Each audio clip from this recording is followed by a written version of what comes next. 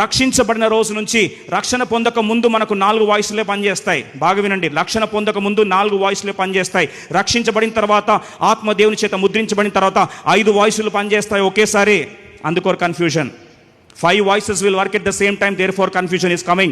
దేవుని చిత్తం తెలుసుకోవాలని వాక్యం చదివితే, వాక్యం చదివి లేదా దేవుని స్వరం వినాలని దేవుని మందిరానికి వస్తే, లేదా ఇంకెవరైనా దేవుని చిత్తం తెలుసుకోవడం కొరకు దర్శనమా లేదా కలనా ఏదైనా కావచ్చు, ఇది వింటున్నప్పుడు ఒకేసారి 5 స్వరాలు పనిచేస్తాయి. 5 స్వరాలు పనిచేస్తాయి కాబట్టి నువ్వు ఏ స్వరం తీసుకొని దేవుని చిత్తం అనుకుంటే పొరపాటు చేస్తావు. That is why once again I'm casting in the name of God. Don't take the voice of God so casually. It is the principal signal or a sign that it is going to lead you for the rest of your life. అందుకొరకు దేవుని చిత్తమా దేవుని స్వరమా కాదా అని confirm చేసుకోవడానికి కొరకు first of all A voice ఏంటని తెలుసుకోవాలి. ఇంట్లో 5 మంది ఉన్నారు, అది అమ్మ వాయిసా కాదని ఎలా తెలుసుకుంటావు?